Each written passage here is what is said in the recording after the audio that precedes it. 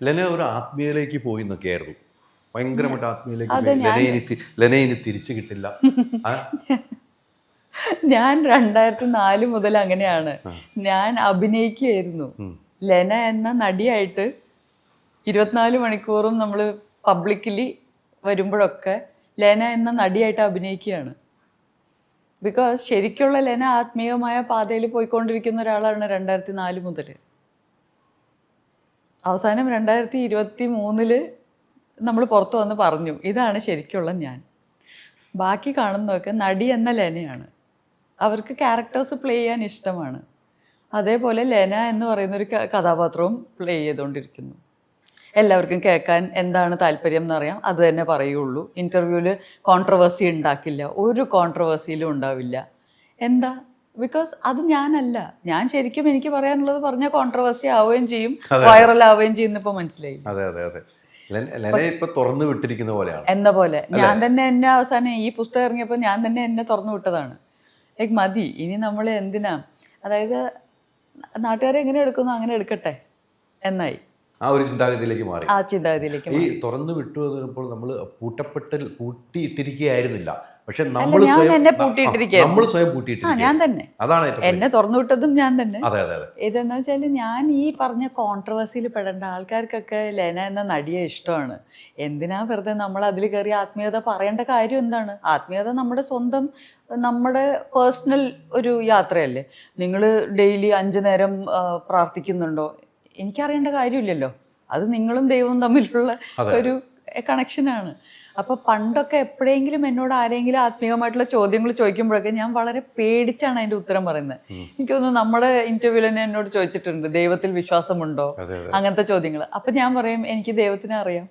അപ്പം നിങ്ങൾ ചോദിച്ചു എങ്ങനെ അറിയാം? അപ്പം ഞാൻ അത് വളരെ എവിടെയും തൊടാതെ പോവും. ബിക്കോസ് അത് ഞാൻ ശരിക്കും പറഞ്ഞു കഴിഞ്ഞാൽ കോൺട്രവേഴ്സി ആവും, അത് തംബ്നെയിലാവും, പിന്നെ ട്രോളാവും. അപ്പോൾ ഫൈനലി അത് മടുത്തു. ബുക്ക് എന്തായാലും എഴുതി. ഇനി ബുക്കിലെല്ലാം പറഞ്ഞിട്ടുണ്ട്, പിന്നെ നമ്മളിത് ഇന്റർവ്യൂവിൽ പറയാതിരുന്നിട്ട് എന്താ കാര്യം? ഒരു കാര്യമില്ല.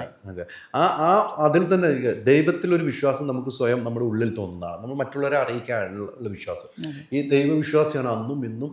ദൈവവിശ്വാസം, ഞാൻ ദൈവവിശ്വാസിയാണ്. നമുക്ക് എന്നും ഒരേ വിശ്വാസം. ഒരാളിൽ നമ്മൾ വിശ്വസിക്കുന്നു എന്നാണ് നമ്മൾ ചെറുപ്പത്തിൽ പഠിച്ചു വന്നതും പിന്നീടുള്ള നമ്മുടെ ജീവിതശൈലിയിൽ അങ്ങനെ. ഇപ്പോഴുള്ള ദൈവവിശ്വാസം ഭക്തയായി മാറിയിട്ടുണ്ട്. ഞാനൊരു ദൈവവിശ്വാസിയല്ല. ഞാൻ ദൈവവിശ്വാസിയേ അല്ല. ദൈവവിശ്വാസം ഒരു 16-17 വയസ്സ് വരെ ഉണ്ടായിരുന്നു.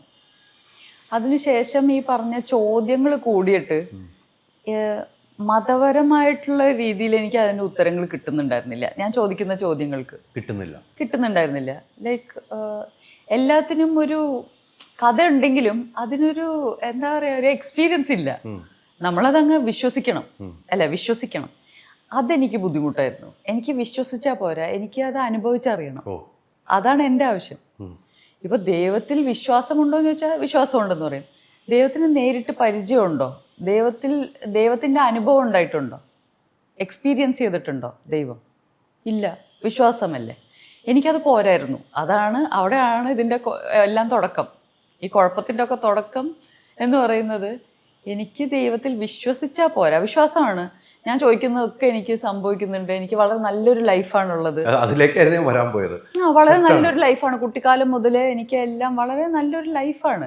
Ultra modern kitchen devices. ഒരു കിച്ചണിൽ വേണ്ട എല്ലാ ലേറ്റസ്റ്റ് ബ്രാൻഡുകളും ഇവിടെയുണ്ട്. ലോകോത്തര ബ്രാൻഡുകൾ, original products, wide range. MyG future. പൂവ് പോലൊരു പുട്ടുണ്ടേ അജ്മിയുടെ പുട്ടും. വിളമ്പാം നല്ല വിശേഷം. അജ്മി സ്റ്റീം മെയ്ഡ് പുട്ടുപൊടി.